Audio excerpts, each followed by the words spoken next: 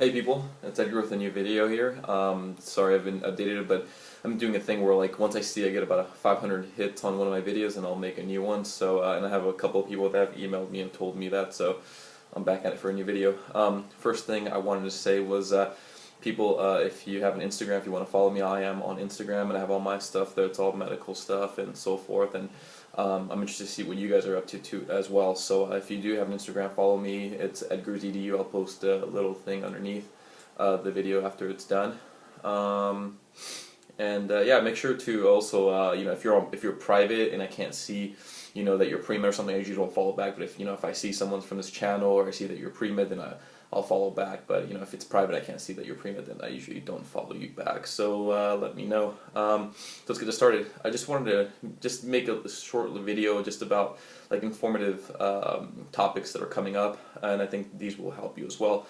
First thing is people do summer internships. They are important. They are vital for your pre-medical career. They want to know that you're active throughout the year. Medical schools, they also want to see what you're passionate about. So when you apply to some programs, look for programs that you yourself are passionate about, whether it be research, public health, just really anything that you are interested in, and also some sort of a medical application to it as well. The one that I did was, and one thing too, just to make sure that when you apply to a variety of programs, because sometimes you might get rejected by a few and then get accepted by like bigger schools like I did. I was rejected by some mediocre schools, or I even actually got rejected from my own Cal State school, but I ended up getting accepted to UCR School of Medicine. The reason why I chose UCR School of Medicine as well too was because they had the things that I wanted. They had public health, so we did a public health research presentation. We also worked alongside a congressman from the U.S. Senate, and I did rotations under 5 specialties. That being, it was street medicine, internal medicine, general surgery, vascular surgery, and family practice. So I was able to do my rotations in those fields, and I ended up getting a mentor in general surgery through those rotations. So it was a vital part of my pre-medical experience, and I think people should take advantage of these programs that are free, and they will just get you more familiar with the medical system and understanding the process involved into getting into medical school. So people right now, the deadlines are due between January to March. Some of them have already passed, but there's some that are open until March. So people just go online, just Google summer medical programs at Stanford, Columbia, Yale, anywhere you want. I mean, it's limited. There's so many places you can apply for, and all you have to do is Google it, and you'll find a variety of summer programs for medical scholars. Next thing I want to say is the classes that I'm taking right now. I'm taking genetics, which is the upper division senior genetics, which is just mainly just statistics and biology applications. I'm taking a stem cell course. We actually have a professor that just got her PhD in that field, and so she's teaching that. It's a new course, stem cell, because it's a new field emerging in science, and especially in undergrad studies. In my last course, I'm taking physics. So right now we're in electromagnetism and so forth. So I'm having a good time. This is about second weekend, and I have midterms. Oh, this is third week. I have midterms next week, so it's a 10-week quarter system that I'm in.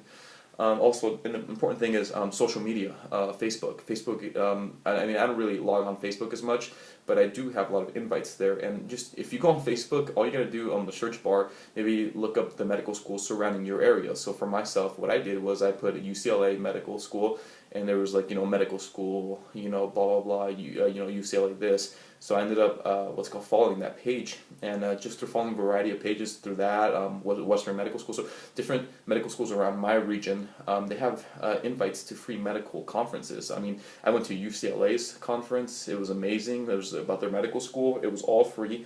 I'm going actually one on Saturday for a Latino medical conference in Western, which is about 40 minutes from where I live.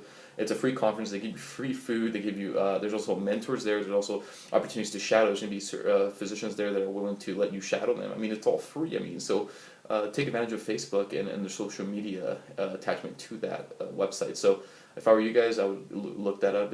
Like I said, it's important to meet people, to get your face around, for people to recognize who you are, and to let them know how motivated you really are in this whole process of things. Let's see here. The next thing is I want to say I'm wrapping it up here. I went to a conference the other day. It was this past weekend too at our school. Cal State San Bernardino, and I was there, and I talked to a variety of medical students, and none of them really like I didn't really speak to an individual in which they were just kind of like, oh, I went to I went to undergrad, I got straight A's, and I got into medical school. I mean, some of these guys had to go through a tough period of their their undergrads in which they failed the course, maybe got a C minus in the course.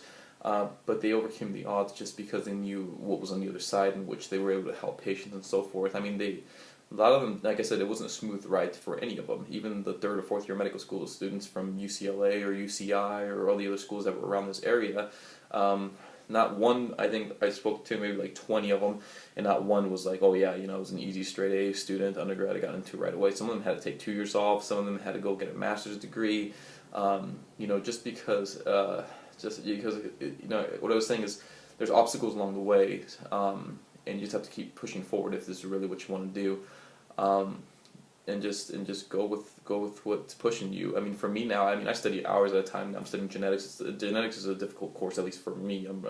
I'm better at more of a molecular cell transduction pathway kind of guy, and when it comes to biology. But so I'm taking genetics, and sometimes I'm doing problems, and I'm just kind of like, it's a very difficult subject for me, and I'm staying up late, and I'm like, this is for like the people that I'm going to advocate for, the underserved communities, like immigrant families that can't even get health care coverage under the Obamacare. Like, I'm doing it for those people, so when I'm in the position that I'm a physician, I could help those people. I could give free medical treatment, and so when I'm working on these problems, I'm really working towards those individuals. Like I said, some of these, some people say, why do I have to take calculus? Why do I have to take courses that you're not going to apply in medicine? But at the end of the day, those classes, what they do is they make you a better thinker. They make you become better at critical thinking and analysis that you will use in the field of medicine. So when it comes to even, like I said, courses that aren't really as relevant in medicine as such as calculus, it's still important to take those classes, because at the end of the course, you'll see that you will become a better thinker. You'll become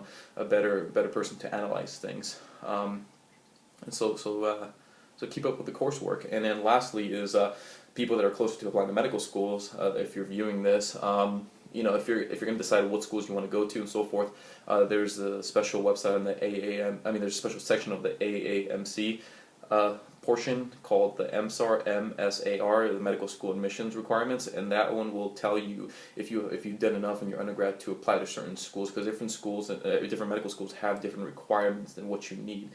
So this AMSAR will break it down, and also you could also go into the medical school of your choice, and they usually have different requirements for your pre-med courses that are needed in order to apply to these schools. But this AMSAR thing, I think that you could purchase the AMSAR.